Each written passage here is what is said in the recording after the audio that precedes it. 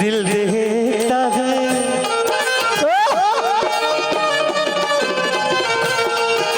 दिल देता है रो रो दुहाई किसी से कोई प्यार न करे किसी से कोई प्यार न करे किसी से कोई प्यार न करे दिल देता है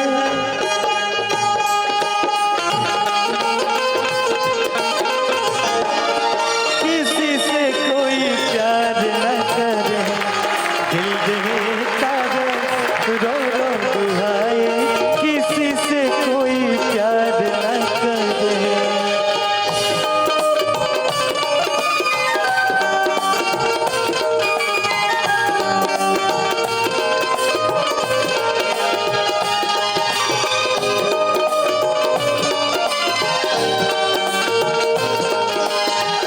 एक बात बताओ कितनी आसानी से कह दिया तूने कि तुम मुझे भूल जाओ कितनी आसानी से कह दिया तूने कि तुम मुझे भूल जाओ अरे जालिम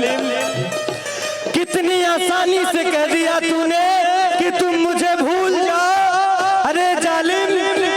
ये क्यों नहीं कह दिया कि बहुत जी लिए जाके किसी फांसी पे झूल जाओ ए चंदा जैसे चांदनी या चकोर के बिना तू अकेले हो जाला ना वैसे ही हम अपना जान के बिना अकेले हो गइल बानी तू हमार दर्द बुझ सकेला जैसे चकोर बिना तू अकेला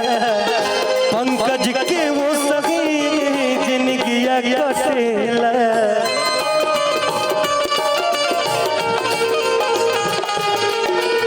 जैसे चकोर बिना तू अकेला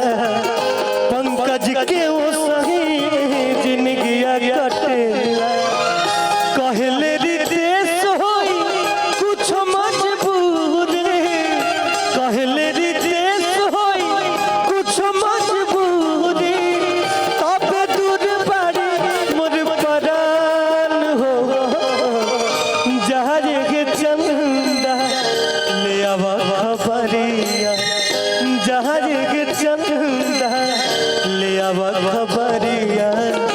कैसन बारी मोर जान हो ए चंदा